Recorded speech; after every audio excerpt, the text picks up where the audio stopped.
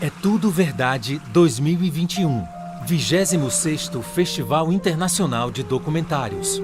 Os melhores documentários do Brasil e do mundo em mostras competitivas e programas especiais. Gratuito e online para todo o país. De 8 a 18 de abril.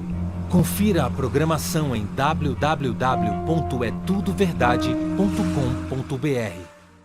Bem-vindos à segunda mesa da 18ª Conferência Internacional do Documentário, uma co-realização do É Tudo Verdade e do Itaú Cultural.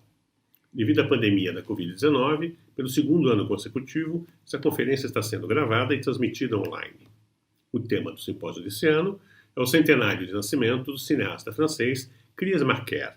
É uma alegria, uma honra receber o cineasta Sylvio Tendler para discutir a relação entre ele e Marker.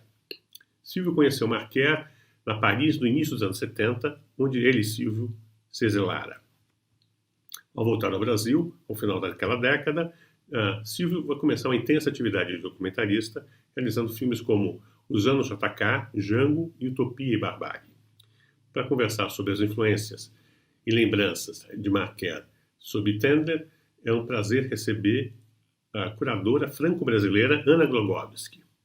Ana nos honra fazendo parte do Comitê de Seleção da Tudo Verdade, foi diretora do DOC Lisboa e foi coordenadora da produção de documentários na televisão francesa durante muito tempo, em canais como o Canal Plus e France 3. Eu desejo a Ana e Sylvio uma excelente conversa, a vocês uma boa mesa e uma excelente conferência. Bom, então, o Amir já nos apresentou, eu queria dizer que para mim também é uma grande honra poder estar desempenhando esse papel de entrevistar o Sylvio, que eu conheço desde que a gente era pequenininho, quando a gente estava no colégio, que o Sylvio ficava de castigo e eu via ele do fundo da escada quando ele ficava de castigo.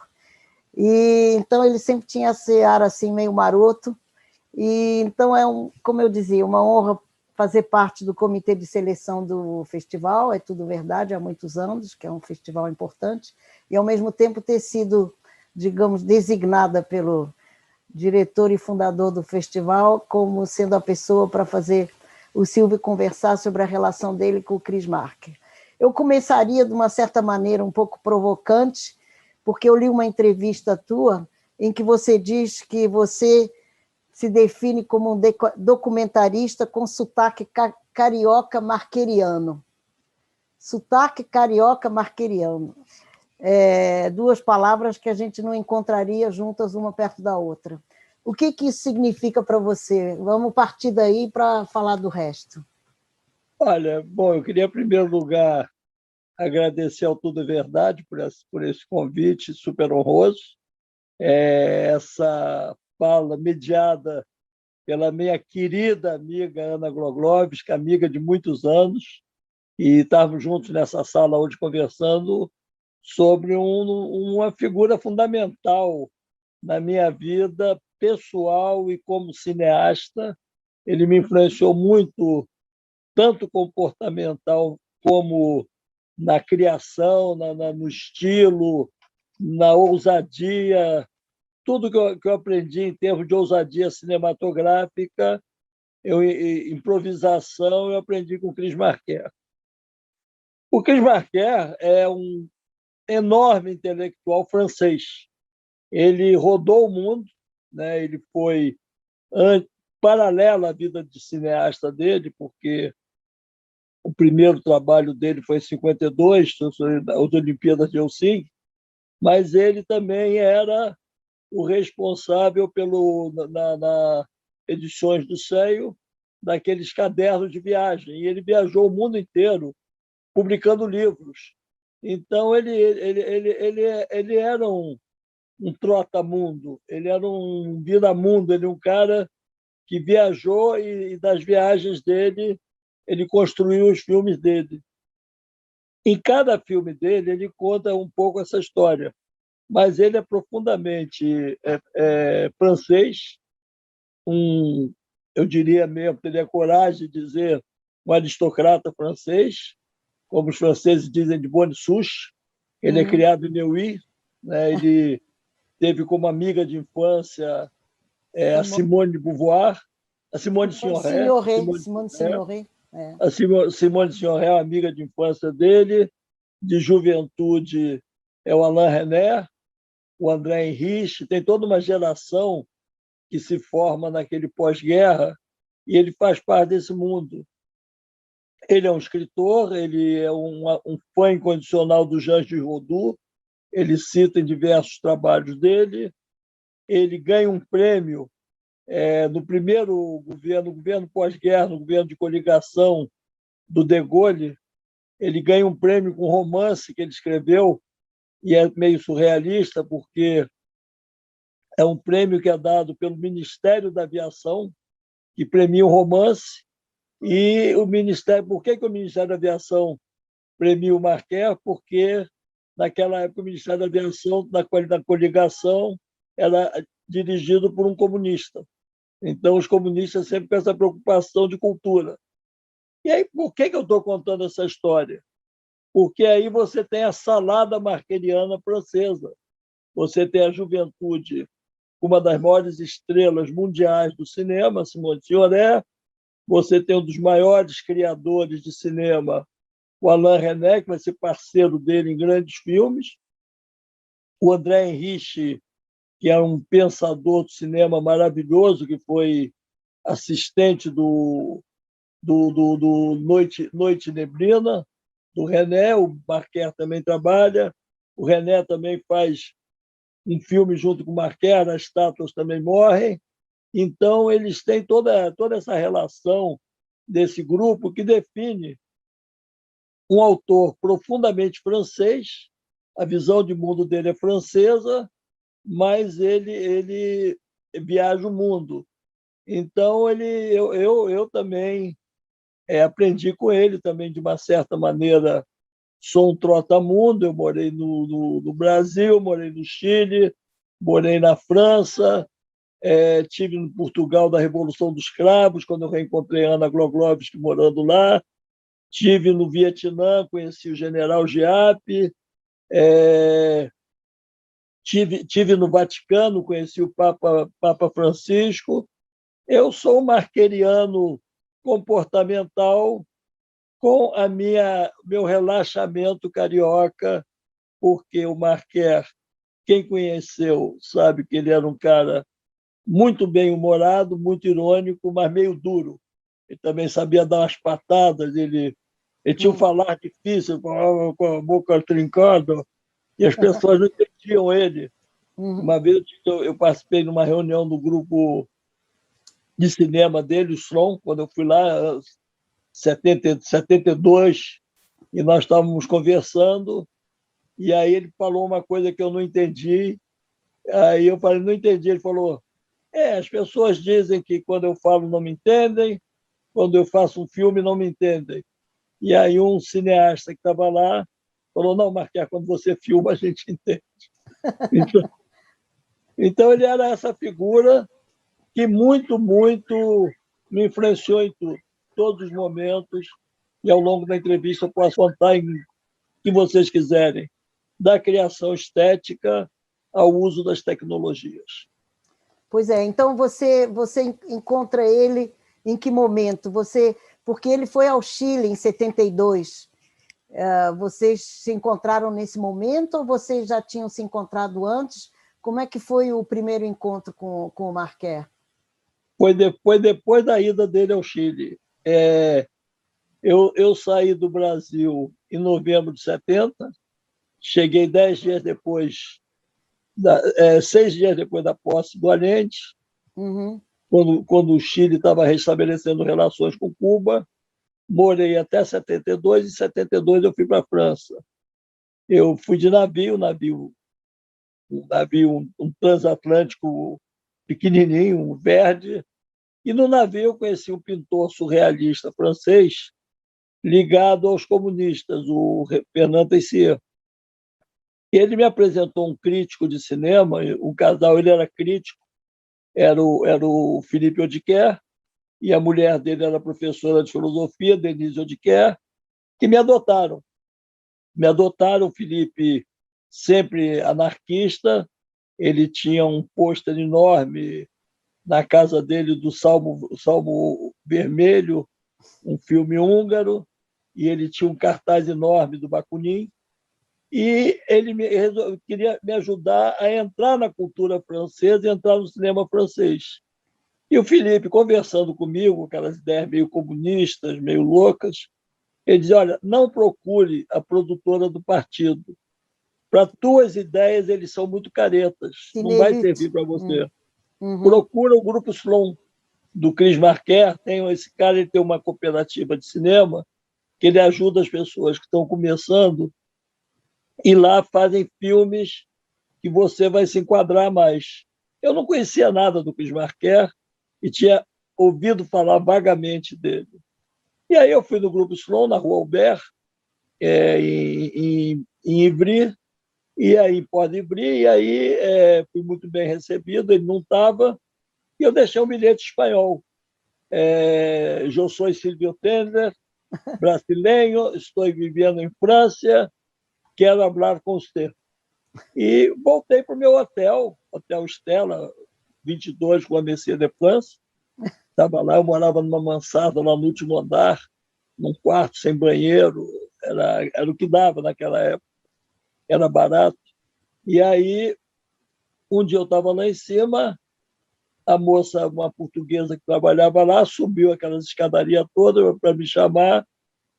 Seu Silvio, telefone aqui no escritório, era lá embaixo, primeiro andar. Eu desço 5 andares, atendo o telefone, e uma voz do lado de lá fala, aqui Chris Marquer. Eu comecei a tremer. Falei, bom, o cara retornou. Se você quiser falar comigo, vem para cá agora, no Slon. E eu fui imediatamente. Ele gostou de mim, me adotou, e eu comecei a frequentar o Grupo Slon e conviver muito com ele e com todas as pessoas daquele grupo maravilhosos, a Inger, a Anne Papillot e todo mundo que trabalhava lá. E fui convivendo com o Cris. O Cris, volta e meia, fazia umas projeções para ele mesmo ver, matar as saudades, mas no fundo eu percebia que era para me mostrar. Foi assim que eu vi de Mancha Pecan, por exemplo, o Chris Marquer operando um projetor 16mm, me mostrando. Para encurtar a história, em 73 eu voltei para o Chile para ver meus amigos, era o final do governo Allende. Ele pegou a câmera dele de cinema, uma Bollier, e me emprestou. Eu fui para o Chile com a câmera do Marquer. Eu filmei os últimos momentos do governo Allende com a câmera do Chris Marquer. E aí, volto para a França. O Chris tinha estado no Chile exatamente na época que eu tinha migrado do Chile para a França. Como a viagem levou 27 dias, foi o tempo que ele estava no Chile acompanhando Costa Gravas, filmando o Estado de Sítio. Estado de Sítio, O Estado de Sítio foi rodado no Chile, e o Chris Marquer fazia parte da equipe lá, dos amigos do Costa Gravas. E aí ele voltou para a França, nos encontramos. Em 73, eu volto do Chile no dia 11 de setembro, a gente se reúne, temos que fazer alguma coisa, e aí surge a ideia de fazer um filme sobre o Chile. Tanto Costa Gravas como o François, o Jacques Perrin, que era o produtor. Jacques Perrin, que era o produtor, eram muito gratos pessoalmente ao Allende e ao chefe de Olivares.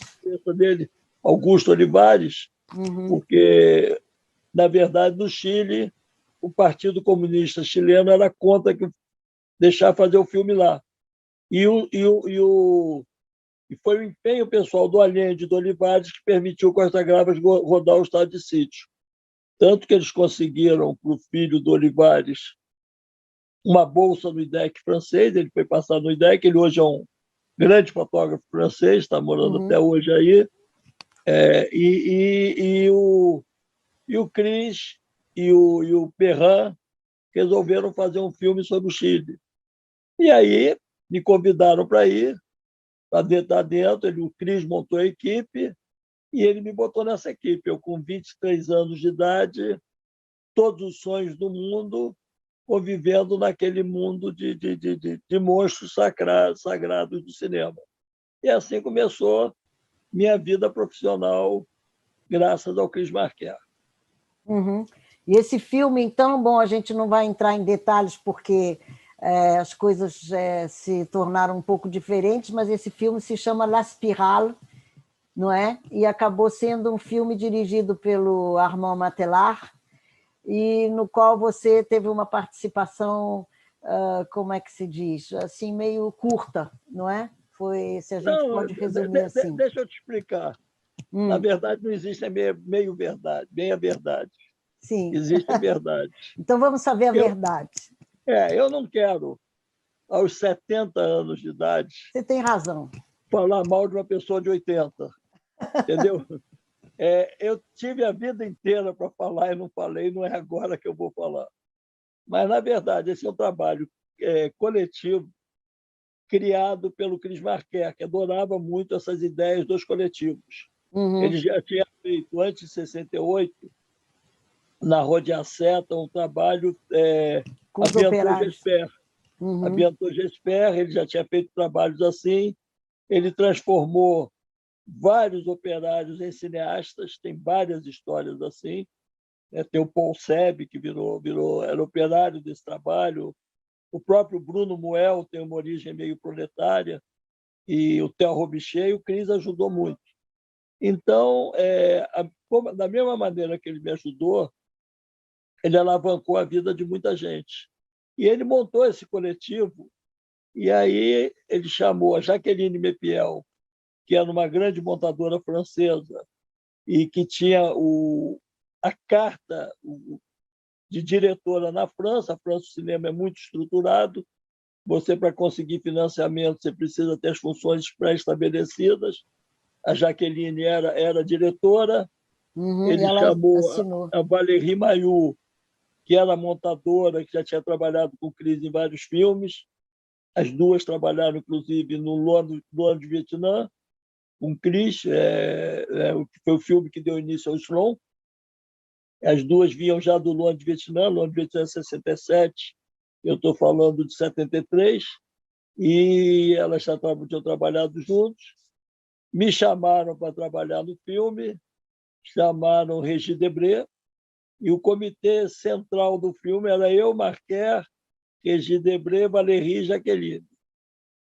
Aí chega o Matelart do exílio, o Cris quer brigar também, aí o Cris coloca no comitê central. E aí dá uns quiprocós. Eu continuei trabalhando, eu trabalhei nesse filme mais de um ano, mas eu era muito jovem, eu reconheço, não tinha experiência. Então, quem dá a tese do filme, quem sustenta a tese do filme é o Armand Matelart. O Régis Debray discretamente sai, pinta ali um certo atrito, e o Régis, muito educadamente, diz: não, eu tenho outras coisas para fazer, e escrever meus livros e tal, sai do filme, e eu fico numa espécie de um segundo plano. O galo do terreiro é o Matelart. Pois aí... mas eu vou interromper porque eu li que você teria ido à Suécia com a Valérie Mailloux para procurar arquivos. Sim, e você fez essa viagem? Vocês foram à Suécia procurar arquivos para o filme? Sim, a gente foi à Suécia, passou 3 dias dentro da televisão sueca, mexendo nos arquivos. Isso deu uma encrenca danada, porque a gente entrou através de um casal de amigos suecos que trabalhavam na televisão sueca, e eles tinham todo o passe livre. Então a gente passou 48 horas vendo filmes sobre o Chile, e aí depois a TV sueca, quando soube, falou: esse não é o procedimento, vocês jamais poderiam ter entrado na televisão e tal.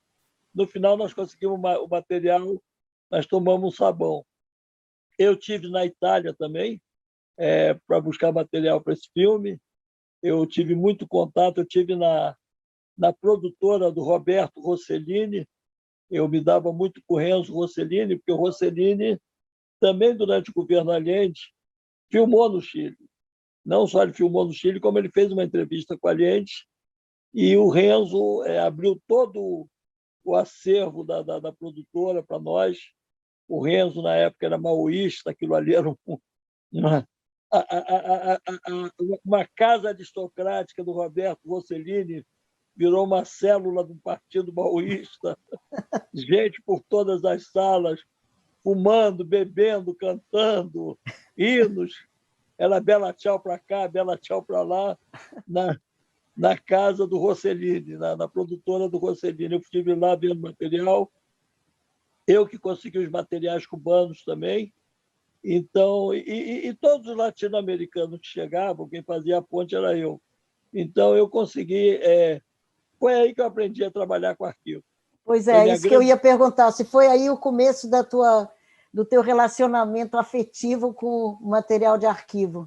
Sim, em todos os sentidos, não só no sentido estético, né, de fazer filmes, remontando o filme dos outros, né, que era uma experiência, era uma especialidade do Cris Marquer, em todos os sentidos, mas aprendi também a como procurar arquivos. E naquela época era muito mais difícil, porque nada era informatizado. Hoje você dá um clique no botão na tua casa e você entra no arquivo em Moscou.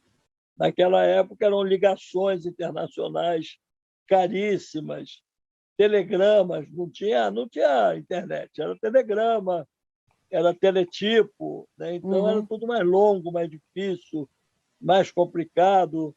O material não vinha por internet, ele vinha de avião, cópia de trabalho. Os americanos vendiam filme com risco no meio, para você não poder usar.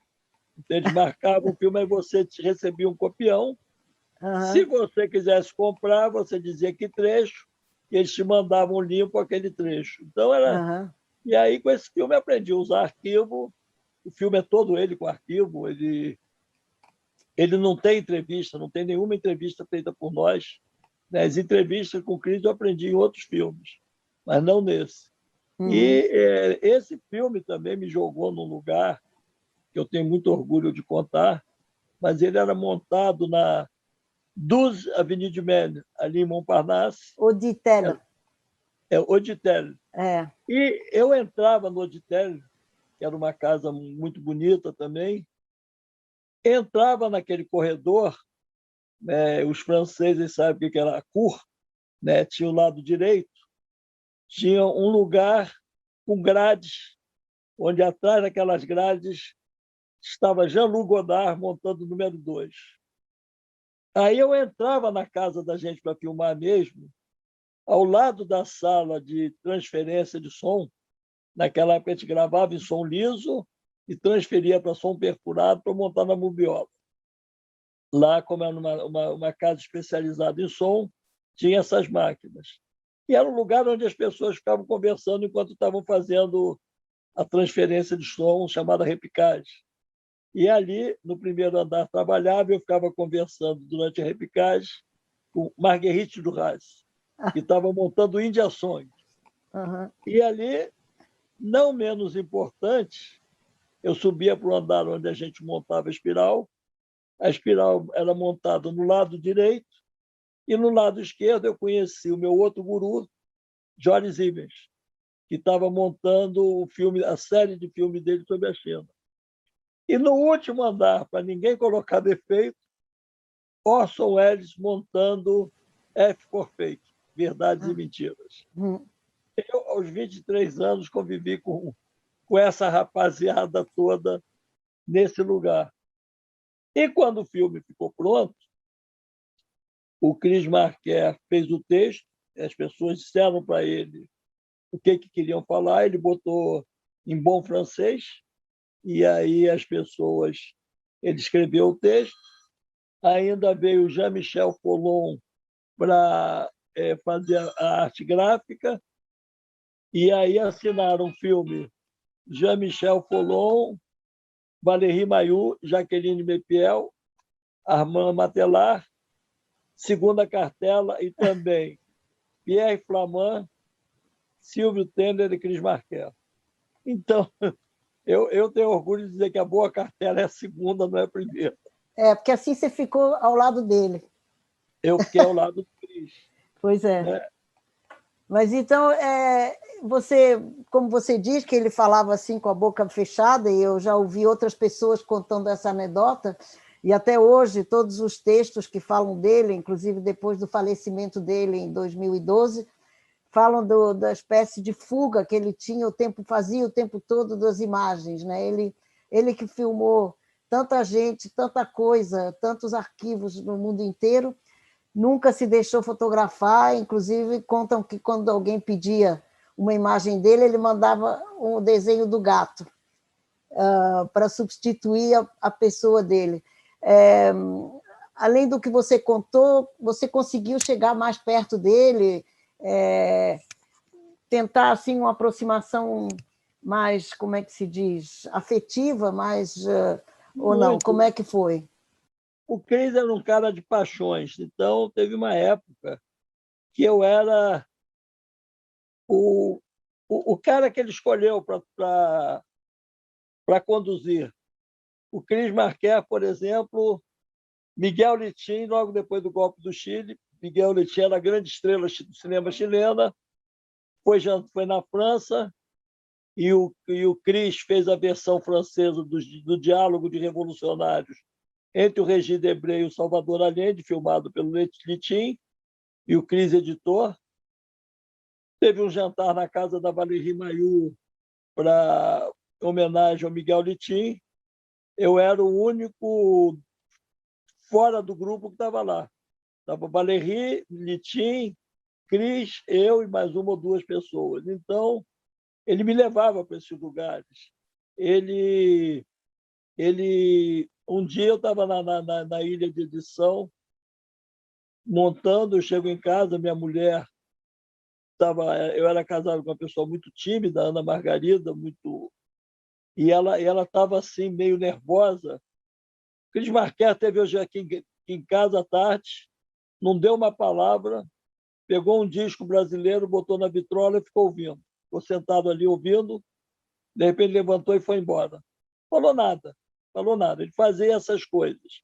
Ele quando fez um filme, o Yves Montand fez um show para arrecadar fundos para o Cris, do Olympia, e aí ele, quando se preparava para esse show, o Cris fez para Edições do Céu, que tinha uma produtora também, um filme chamado La Solitude de Chantal Dupont. De Chantal Dupont, sim. E em português é meio difícil traduzir, que é a solidão do cantor, aquelas corridas rápidas, aquelas corridas que você é velocidade, não é extensão. E aí ele foi fazer a projeção desse filme e me convidou. Eu fui assistir o filme pronto numa sala com Jacques Demy, Agnès Varda e Alain René e Cris Marquer. Então, ele me apresentou o Régis Debray. Ele levava nos lugares. Quando a Isabel Allende, ele entrevistou a Isabel Allende para o Setembro Chileno, que você fez a tradução, ele me convidou para assistir. Ele não gostava de plateia. Ele tinha um negócio lá que pertencia à CFDT. A CFDT era uma central sindical ligada aos socialistas. De esquerda. E quem dirigia era um antigo jornalista da televisão, Roger Pic, o Crepac. E ele me levava lá no Crepac, eu assistia a dublagem, assistia a criação desse filme Setembro Chileno, que o Bruno Muel e o Theo fizeram no Chile, e foi o Cris que articulou tudo. Então, pois esse filme do Bruno Muel, que chama Setembro Chileno, é o filme em que, de uma certa maneira, você me chamou para fazer a tradução, porque o filme dura 39 minutos, o Bruno Muel era um câmera, e eles, assim que eles souberam que tinha havido golpe de Estado, eles vão para o Chile e tentam filmar, e filmaram na frente do estádio e depois parece que entraram num prédio, e nesse prédio de escritório estavam duas brasileiras escondidas, pelo que eu entendi, e eles entrevistam essas duas brasileiras. E então você, nessa altura, estava trabalhando aqui em Paris e me chamou, e eu traduzi, fiz a voz em francês das duas brasileiras, totalmente apavoradas, que eu me lembro dos olhos delas olhando fixamente para a câmera, num estado, eu fiquei muito tocada e muito emocionada, mas fui com você, vi o Bruno Muel, que depois ainda cheguei a ver. Aliás, você deve saber que o Bruno Muel, que ainda por cima, durante essa filmagem, filmou também o enterro do Pablo Neruda, que foi um momento incrível, logo depois do golpe, que foi também considerado como a primeira manifestação, né, contra a ditadura. E o Bruno Muel continuou numa carreira de câmera muito importante, ele fez filmes importantes, e depois, um dia, ele resolveu parar e virou psicanalista. Não sei se você está sabendo. E, então, isso consta aqui como uma história, como é que se diria, não romântica, mas incrível, que não aconteceu com muita gente.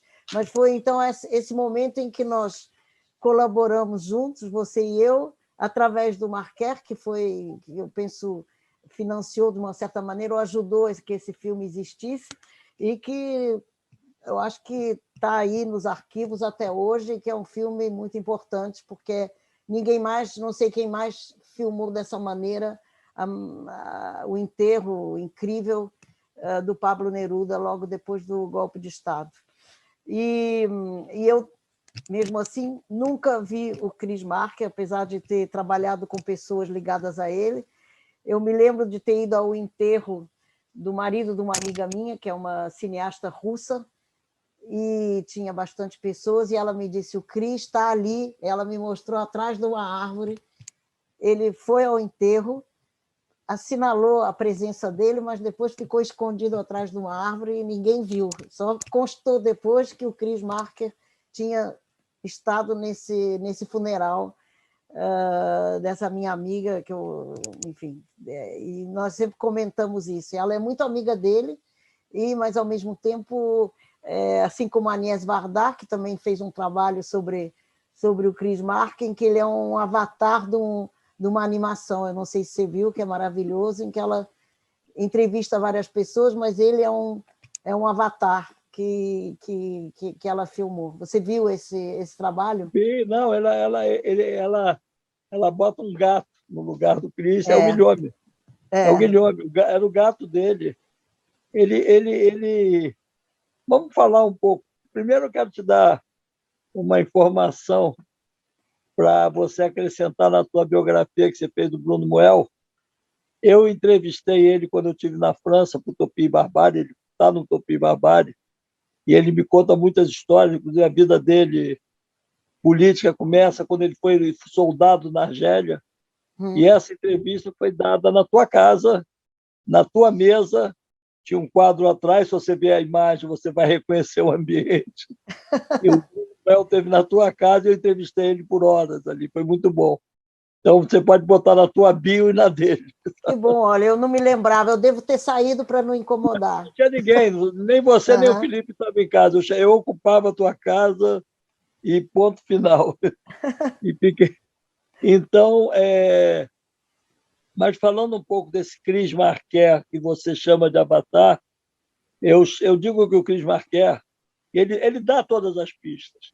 Em cada filme dele, ele uma vez, eu propus a ele dele me dar uma entrevista para falar da geração dele, ele, Alain René, Agnès Varda, que era a mesma turma, Jacques Demy, e a resposta dele, a gente falava em espanhol, porque eu não tenho francês para falar com o Chris Marker.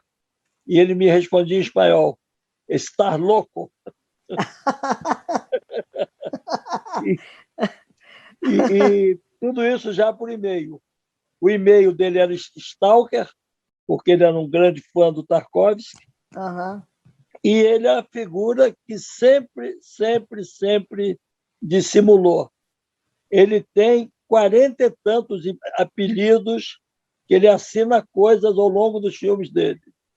Tem filmes dele que ele faz a trilha sonora e não assina, ele bota um outro nome. Ele tem o tal de Michel Krasnar.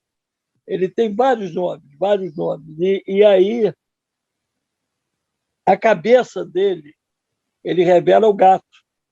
A paixão dele pelo Guilherme, eu posso dizer que também é um pouco de amor próprio. Ao longo da vida, o Cris Marquer sempre teve um gato. E o Cris, que é aquela pessoa irascível, ele, com os gatos, deixava fazer tudo. O gato passeava primeiro em cima da mesa de montagem, depois passeava na mesa de edição. Ele tem uma paixão absolutamente pelo gato e um respeito absoluto pela coruja. Ele, no Jolimé, por exemplo, ele propõe, ele tem toda uma parada dentro do filme para dizer que o animal de estimação da cidade devia ser a coruja, que é um pássaro inteligente, não um pombo que suja a cidade e transmite doença. E essa paixão pelos gatos revela ele mesmo. Ele era aquele cara dissimulado, que entrava nos lugares sem ser visto, saía sem ser visto, falava frases absolutamente geniais. E aí ele sempre tinha o que os franceses chamam de grandes boutades, né? E ele é essa pessoa. Então, essa história do enterro que você contou, eu posso contar que eu tenho uma história parecida. Teve uma retrospectiva nos meus filmes, organizado lá pela Kátia. Você teve lá comigo. Sim, E um dia ele apareceu na sala. Festival de Cinema Brasileiro em Paris. Sim, ele apareceu na sala. Eu vi ele no fundo da sala. Aí eu estava na época com a Tânia, eu falei, olha ali o Cris Marquer. Ela falou, ou estava com alguma outra pessoa, falou, vai lá e fala com ele. Eu fiz um movimento de andar, ele sumiu, ele foi embora. Ele foi embora. Ele falava comigo por correspondência. Eu tenho muitos e-mails trocados com ele, mas ele nunca mais a gente se encontrou. O último encontro que eu tive com ele foi em 76, quando eu estava voltando da França, que eu trabalhei num programa de ateliê de criação radiofônica, que hoje é comum, hoje é chamado podcast. Todo mundo faz. Mas naquela época só tinha esse programa nessa rádio, que era uma rádio pública, e eu fiz um sobre o Chile.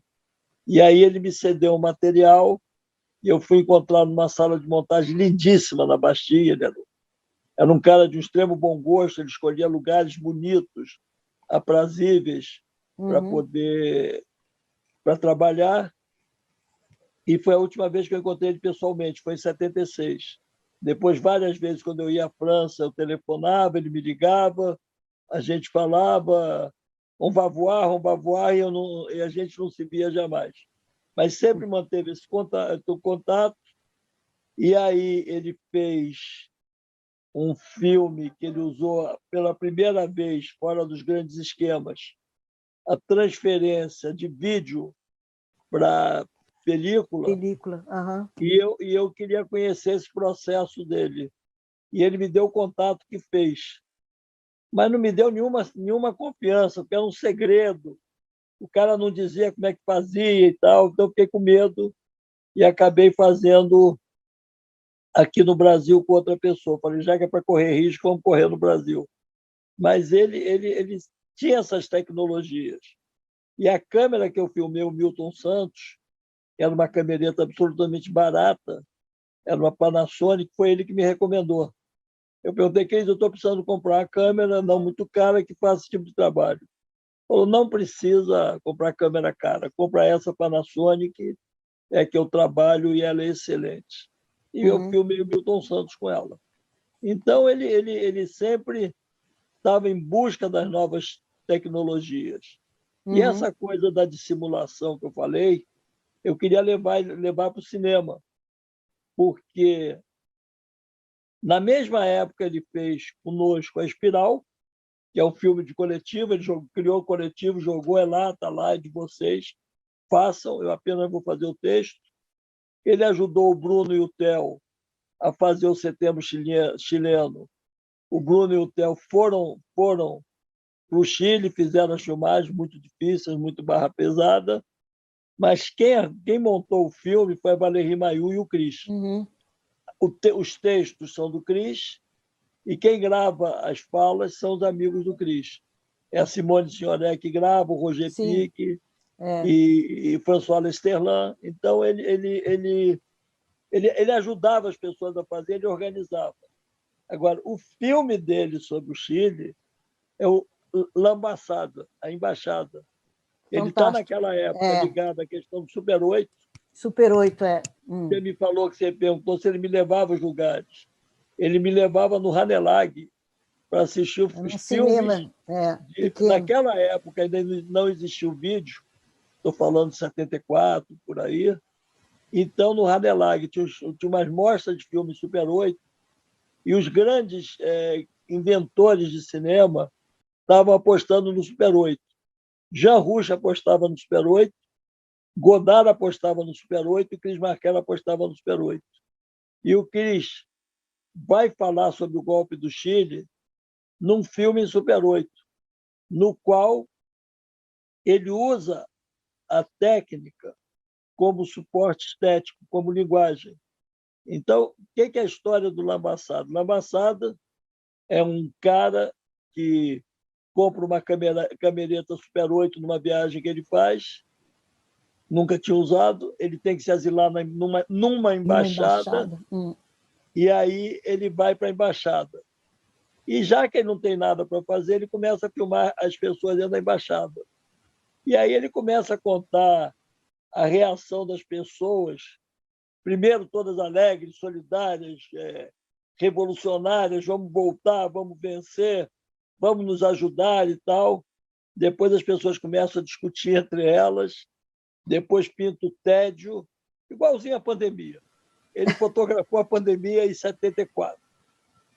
E aí ele faz um filme sobre a embaixada, que é a verdadeira interpretação dele sobre o Chile. Só que tem um lance. Naquele momento, a França estava vivendo a época que era para a ascensão do Mitterrand. A esquerda apostava o programa comum, havia uma aliança entre socialistas e comunistas para eleger o Mitterrand. E aí o Cris falando do Chile, ele termina o filme com uma imagem exterior em que aparece a Torre Eiffel e uma imagem francesa. Então, ele, na verdade, não estava fazendo um filme sobre o Chile. Ele estava fazendo uma ficção política futurista sobre a França no pós-Mitterrand. Ele é genial nessa história. Então, ele fazia muitos filmes ao mesmo tempo e ele dissimulava os verdadeiros sentimentos dele. Ele ajudava as pessoas a fazerem os filmes, mas o dele era outro, era sempre diferente. E aí o dele era minimalista, autoral. E ele sempre lutou por essas tecnologias que facilitassem a vida. Foi através do Cris que, pela primeira vez, em 72, eu vi uma câmera uma câmera de vídeo. Na época, na França, chamava magnetoscópio. Era um gravador de rolo enorme, fita de rolo, que você carregava no ombro, preso a um cabo, uma câmera pesada na mão, e você fazia filme. E o Chris Marker e o Grupo Slon já faziam isso em 1972. Naquela época chamavam vidéo légère, vídeo leve. Você tinha que ter um caminhão atrás para trazer o material, isso eu me lembro.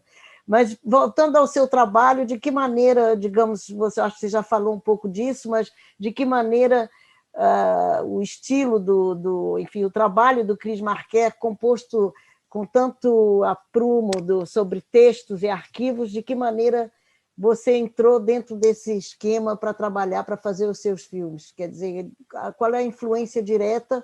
Como é que você um dia pensou, é isso que eu quero fazer, eu quero trabalhar com arquivos e também utilizar essa maneira de escrever sobre os teus filmes, de redigir textos de comentário, de narração? Então, isso aí é totalmente marqueriano, porque nós víamos da ditadura bill-nicoliana.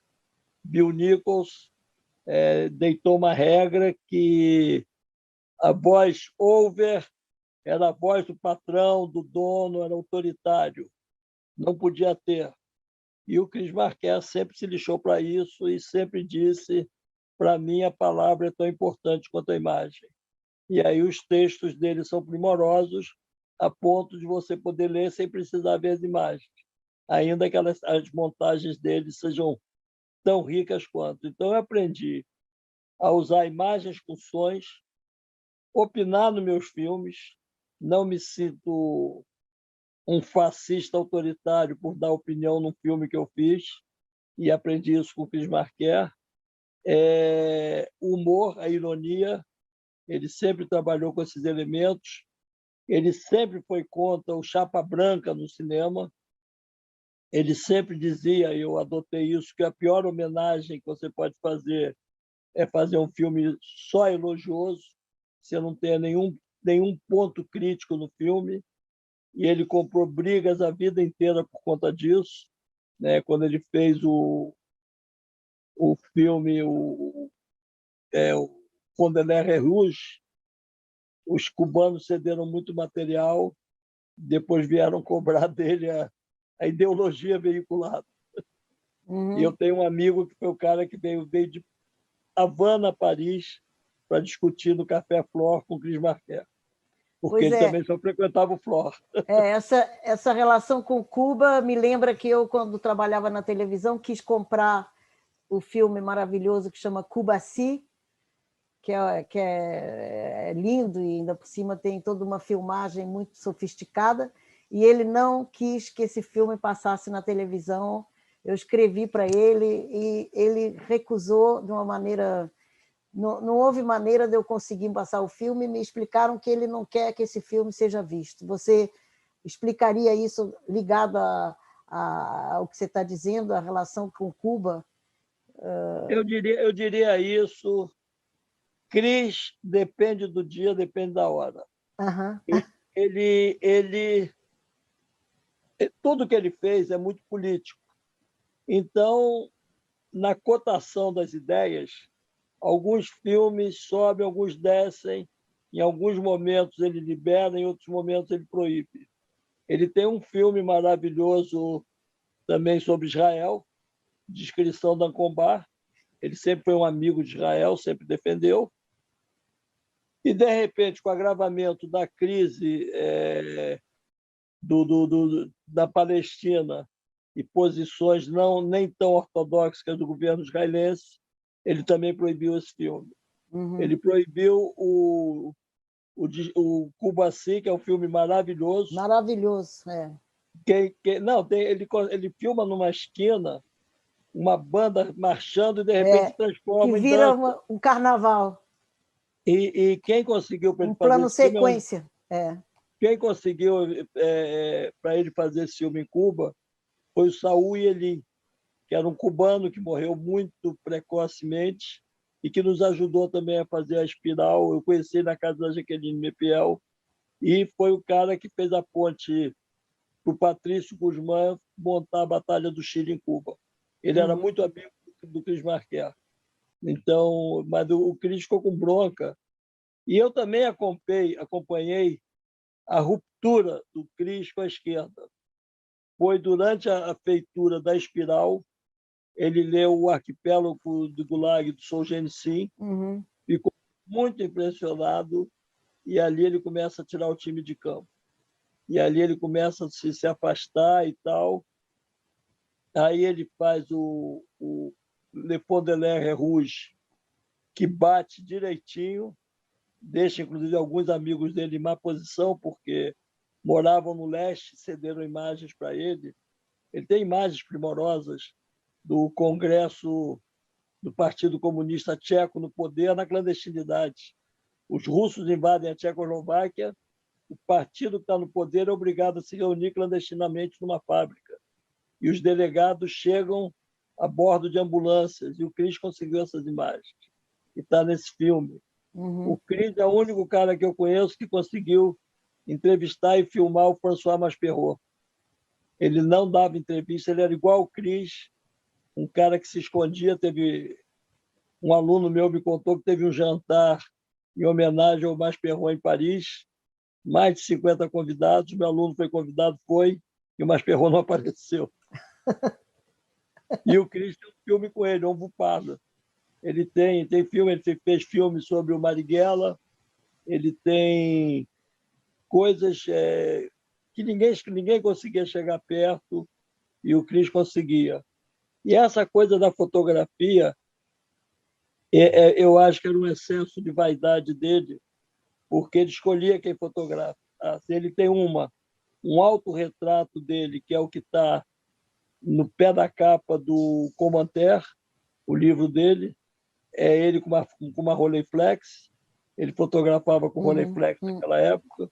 Essa foto é um autorretrato, e recentemente eu vi, pouco antes dele morrer, uma foto que o Wim Wenders fez dele. Aí eu acho que ele não teve coragem de dizer o Wim Wenders, não.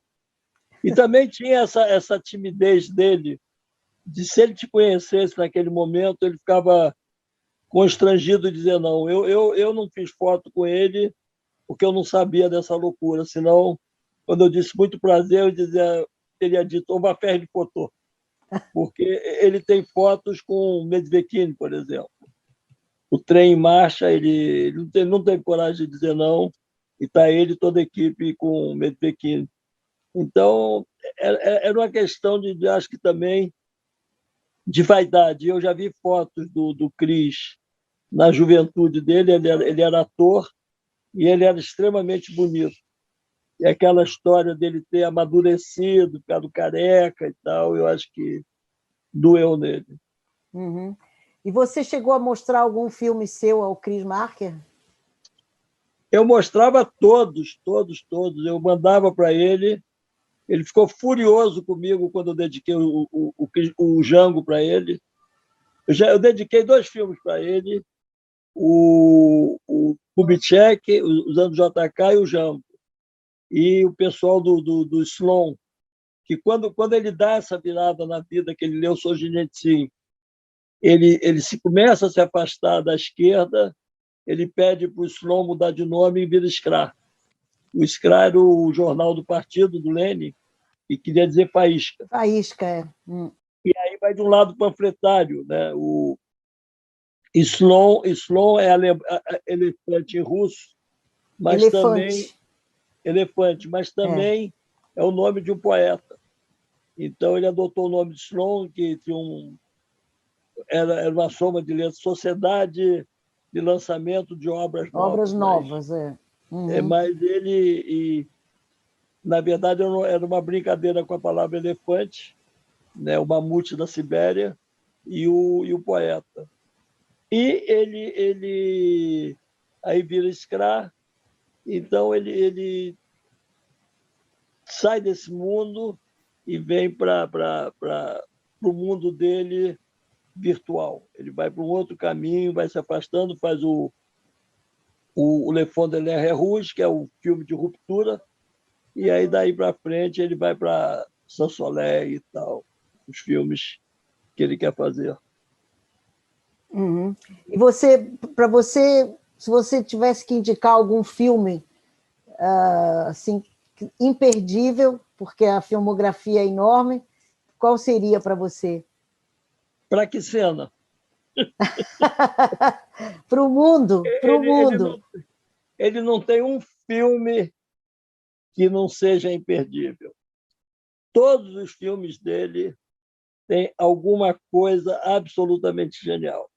Aliás, essa frase não tem nada de novo, porque o Truffaut já falou isso. Todos os filmes têm uma cena genial, mas o Marquez, ele é genial até quando ele, para te provocar, ele quer ser chato. O Level 5, por exemplo, o nível 5, tem uma sequência absolutamente chatíssima, quando ele resolve brincar com um papagaio, que ele colocou aquela cena ali. Eu passava o filme para meus alunos queriam me matar. Mas eu disse, esqueça essa cena e voltem para o filme daqui a 5 minutos. E o filme ali tem algumas reflexões sobre a fotografia que são absolutamente geniais.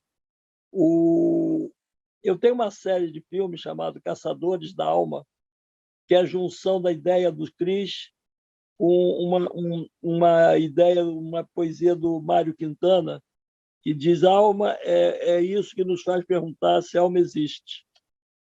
E o Chris Marquer tem no Comanter, no América Sonha, ele tem uma pensata sobre a fotografia, em que ele descreve uma centena de turistas debruçados para fazer uma foto, que ele diz: essa mesma foto, a 50 metros daqui, está à venda naquele quiosque ali. Você pode comprar um cartão postal, ela já existe. E aí ele tem essa frase no América Sonha. Mas aí ele tem uma outra pensata que é absolutamente genial. A fotografia você mira, organiza, dispara e claque. Em vez de criar um morto, você cria um imortal. E aí é lindo. Aí eu resolvi botar e fiz o Caçadores da Alma, juntando as duas coisas. Então, cada lugar por onde ele passa, ele deixa uma coisa genial. E aí, ele tem no nível 5, ele abre com um maluco na Torre Eiffel, em Paris. Ele escreve no comentário com uma roupa ridícula, metida a um Batman, em que ele se pendura na Torre Eiffel e diz que vai voar. Todo mundo está vendo que aquilo ali não vai dar certo. E o cara, no último momento, olha para a câmera, aí ele para, ele mostra o cara olhando para a câmera, ele está olhando para a câmera e diz: se a câmera não tivesse ali, ele teria desistido, não teria se matado. Mas como ele estava sendo filmado, ele foi obrigado a se jogar e morreu. E dentro do filme tem umas enfermeiras, quando Okinawa é invadido pelos americanos, os japoneses dão ordem da população toda se matar e matar os sobreviventes. E aí você tem uma cena de um precipício em que umas enfermeiras de um hospital correm para se jogar e começam a se jogar. E aí, de repente, uma para, dá uma paradinha e olha para a câmera. E ele diz a mesma coisa: se a câmera não tivesse ali, ela não teria se jogado. Então, a câmera como uma cúmplice da morte também. É uma reflexão incrível. A outra que é incrível no Level 5 é um comentário, ele filma uma caverna cheia de turistas visitando Okinawa nos dias recentes e mostrando que ali teve o maior massacre da história. E aí ele diz: não existirão filmes de guerra enquanto não houver cheiro no cinema. Está tudo dito nessa frase. O cheiro insuportável ainda naquele cheiro da morte naquela caverna. Né? Ele tem essas coisas. Em cada filme dele tem cenas absolutamente geniais. Ele tem no Fondelaire. Bom, a GT é uma reinvenção da linguagem. Né? Ele faz um foto-romance em que a mulher ela abre o olho, uma cena só do filme, ela abre o olho, porque ele quer, naquela cena, naquele fotograma, mostrar que é cinema, não é fotografia. Por um detalhe. Pouca gente presta atenção nisso. As pessoas acham legal porque tem uma fusão de fotos, de repente ele abre o olho. Com aquilo ali ele quer dizer: é cinema, gente. Não é fotografia, não é um fotoromance. É um cine-romance. Então, ele tem essas coisas muito incríveis. E na vida, né? Eu tenho alguns momentos engraçados com ele. Quando a Isabel Allende, a gente foi entrevistar ela, estávamos sentados num café, a entrevista foi no ITM, por ali, Cartier chique, e aí ele pagou os cafés da gente, ele sempre pagava, eu era Durango naquela época, aí o garçom pegou a moeda, uma moeda de 5 francos, ainda existia o franco, aí o garçom jogou para cima, falou: senhor, essa moeda é falsa, ela é muito leve. Aí o Cris Marquet podia ter dado carteirada, brigado, sei lá. Ele pegou a moeda da mão do cara e falou: opa, me dá ela aqui que ela vale mais. E deu outra para ele. Ele tinha, e aí também, uma vez, nós fomos pegar metrô e aí ele me deu um tiquê meio constrangido, um tiquê de primeira classe. Naquela época, o metrô tinha duas classes, aquela primeira classe, a segunda, a única diferença é que a primeira classe era mais confortável, porque era mais vazio. Aí o Cris me deu, aqueles lentes trincados dele, ele falou: é a única traição à minha classe.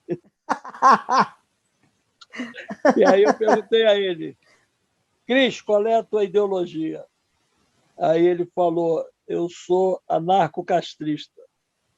Eu não consigo me enquadrar na política das revoluções, mas eu admiro a Revolução Cubana, então eu sou anarcocastrista.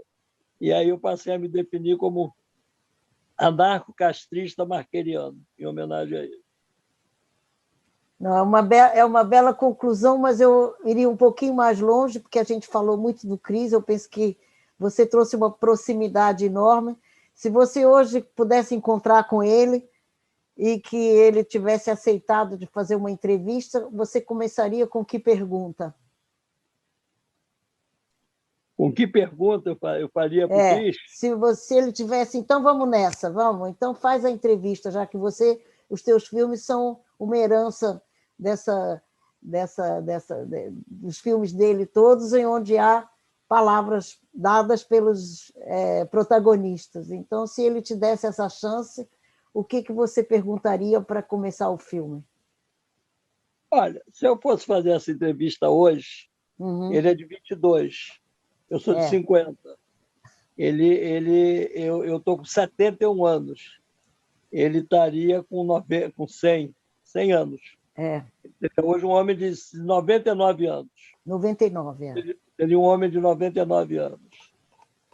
Eu perguntaria: o que você não conseguiu realizar nessa tua puta vida?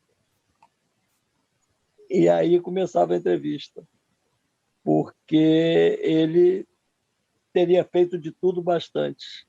Ele era um cara bom vivant, ele gostava de bons restaurantes, bons vinhos, boa comida, ele viajava muito o tempo todo, tinha amigos em todas as partes do mundo, era sempre inovador nas coisas que eu fazia. Eu, quando conheci o Cris em 72, eu tinha 22 anos, ele já tinha 50.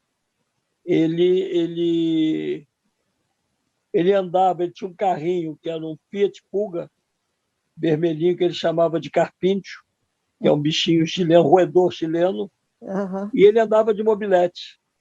E nós dois, por coincidência, andávamos de macacão. Estava meio que na época do macacão ali. Me lembro. Eu, com 22 anos de macacão, tudo bem. Ele, com 50 de macacão, era uma ousadia. Então, ele sempre foi, antes da época dele. Eu li o livro da Anne Viazensky agora, e ela contou que, em 68, o Cris Marquet inventou o filme Tract, o cinema panfleto. Eu sabia, eu vi muitos deles no Sloan. O Cris mostrou tinha muitos filmes em que ele fazia de dia e montava de noite, e no dia seguinte passava na Sorbonne, durante a ocupação. O que eu não sabia é que o Godard, um dia entediado, falou: eu vou lá montar esses filmes com o Cris Marquet, que é muito mais interessante. Essas manifestações aqui estão um saco. E o Godard se juntou ao Cris Marquet. Então, ele sempre foi inovador em tudo que ele fez. Ele sempre procurou revolucionar, inovar. Quando todo mundo queria fazer filme com câmeras de 70 milímetros, ele filmava uma câmera de mão. E isso é que aproximava ele e o Jean Rouch, por exemplo, na busca de novas linguagens e novas técnicas. Ele, o Godard e o Jean Rouch eram muito diferentes nas propostas de cinema deles, mas eles tinham em comum essa busca pelo novo. E aí eu queria colocar mais um nesse grupo que é o Richard Lecoq. O Richard Lecoq também, que filmou o Primary, filmou os filmes lá com o Richard Drew, ele também era um inovador.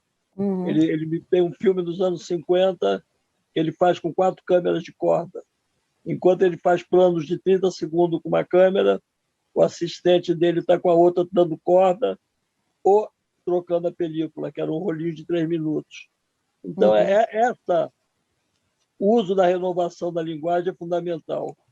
E um dos últimos diálogos que eu tive com o Cris por e-mail foi que eu estava meio grilado, porque eu sou de uma geração, eu dei aula durante 41 anos na PUC do Rio de Janeiro, e dei aulas Brasil afora, e viajei muito ensinando, então eu sempre ensinei usando filmes, mostrando filmes e discutindo filmes e cineastas. Foi o que eu aprendi na França. Eu via minhas aulas de cinema com Jean Arnaud, por exemplo, era assistir um filme e depois tomar um petit poire, calvados, e conversar, um copo de vinho. Isso era a aula do Jean Arnaud. Eu aprendi muito nessas aulas. E o próprio Jean Rouch era um bom vivant também. E todo mundo, o Jean Rouch tinha os cursos dele na Cinemateca Sábado, era para mostrar filmes. Ele tinha os Mardi lá nos Ales, em que ele projetava filmes. Imagina, o grande Jean Rouch discutindo cinema com a gente, em torno de filmes. E a universidade, de uns tempos para cá, é livre. As pessoas não conhecem filmes. Eu tive que mostrar para uma professora doutora filmes do Jean Rouch. Eu não conhecia filme, eu conhecia tudo em tese.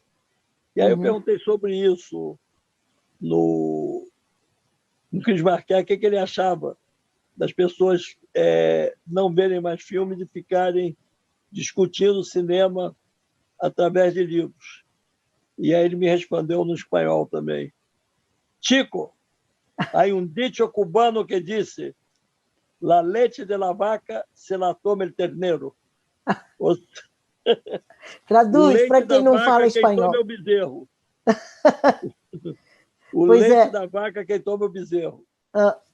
Pois é, não, uma ótima conclusão. Eu acho que, através do que você contou, o que diziam dele, que era o cineasta desconhecido mais famoso do mundo, eu acho que depois dessa retrospectiva, enfim, dessa homenagem do É Tudo Verdade ao Chris Marker, ele vai passar a ser conhecido, pelo menos através desses filmes, porque eu acho que ainda tem tantos para a gente ver, e estou muito impressionada com a proximidade com a qual você conseguiu contar essa história, como se tivesse acontecido tudo ontem. Parabéns, realmente, a tua memória. Viva a velhice. É assim. Viva! Não Viva é? a maturidade, a maturidade. A maturidade, não é velhice, a maturidade. Viva a maturidade, porque a tua memória estou estarrecida com a sua memória, com os detalhes, tudo que você contou.